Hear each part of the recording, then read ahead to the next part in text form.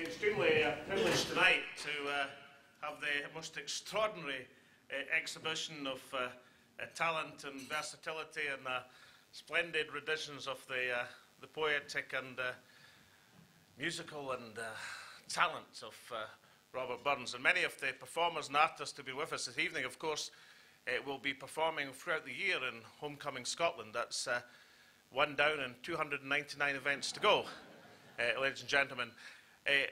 I think, well, all of this tonight has exceeded certainly my expectations, and I suspect the expectations of each and every one of us who attended this evening. Can we hear it once again for our artists?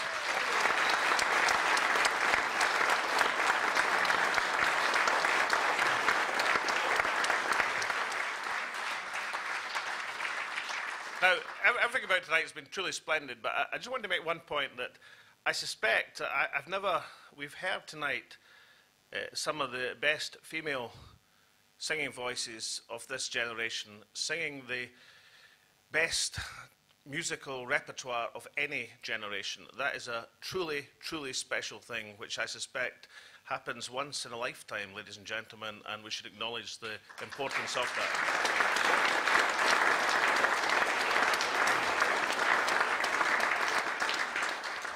Now, talking of women, and Burns would have loved that, I want to acknowledge a very, very special woman. And that is a lady, Mrs. Molly Rennie, who I met for the first time. There you are, you're spotted already, Molly. You're in the limelight again. Now, why is Molly so special? Well, Molly's 91 years young, and that's special enough itself, but Molly was the World Burns Federation president, the first woman president of the World Burns Federation, just, well, I won't say when you were president, Molly, but it was a wee while ago, let's put it that way.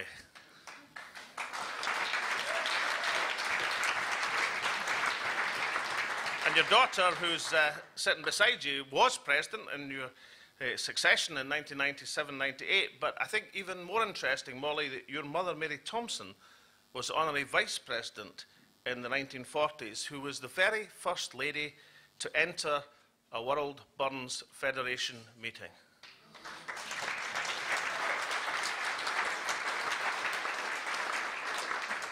And all the men there assembled got up and gave her a cheer, and when you were president, you put them in your place, and, well, as for your daughter, my God, what happened then? And, of course, this is maybe something that all of the Burns clubs across the world might follow in the innovative footsteps of the World's Burns Federation, to have people like you and a wonderful woman like Molly as their president and here with us this evening. Thank you very much, Molly.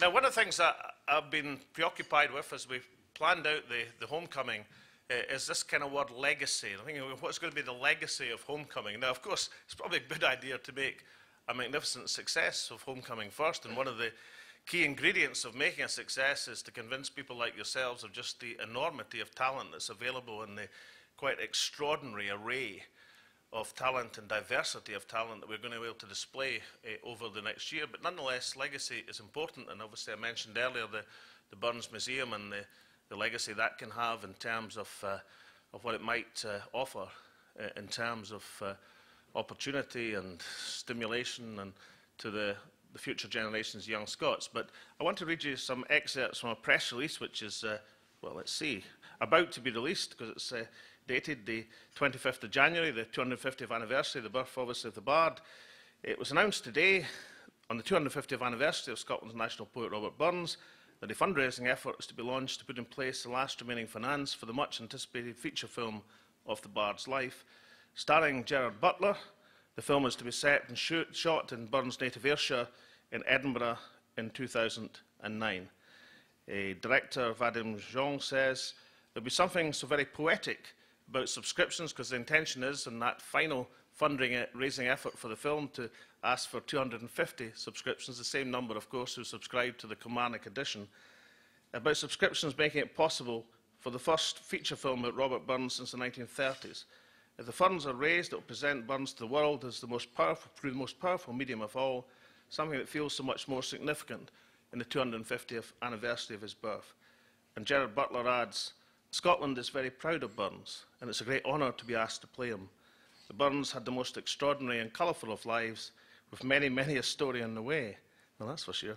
The script for this film is just extraordinary, and it'll be great to get this film finally made. Ladies and gentlemen, that will be, and I think it will come to pass, with the cooperation of people like yourself and others. It will be a great legacy to add to the other hugely important things in this year of homecoming 2009. Now, I've been asked to, finally, before we move to the finale, do a special toast, a new toast, a toast which is to the winner of the competition, international competition, run by our sponsors this evening, Famous Grouse, to find a new toast for Burns in this, the homecoming year of 2009. Printed in 250 bottles of the 37-year-old Famous Grouse, which some of you have started to drink before midnight, you disgraces. And Burns, of course, died tragically aged 37, but there's 250 bottles of 37-year-old Famous Grouse on your tables tonight. The rest are going to be sent to Burns suppers around the world, and the best traditions of Robert Burns, these will all be auctioned for charitable purposes. Now, this famous toast, this prize-winning toast, was devised by Mary McIntyre from East Kilbride in Scotland. Now, Mary, unfortunately, can't be with us this evening, but I think Burns would have loved the name Mary McIntyre as the winner of his toast competition. And here's the toast, so charge your glasses. Try as the Toastmaster. I have to say, guys, you're kind of skimpy on the whiskey, but we'll leave that to one side. Mary McIntyre's toast reads as such. To Robert Burns, Scotland's son, whose words 1,000,000 hertz are won, we fill our glass of golden grain, the famous grouse we proudly drain. So here's a toast in celebration. To Robert, to whiskey, to Scotland, our nation. Please be upstanding, ladies and gentlemen.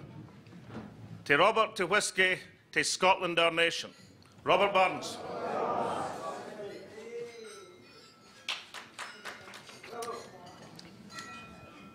And now, ladies and gentlemen, our artists in the Assembly will take us away in the finale.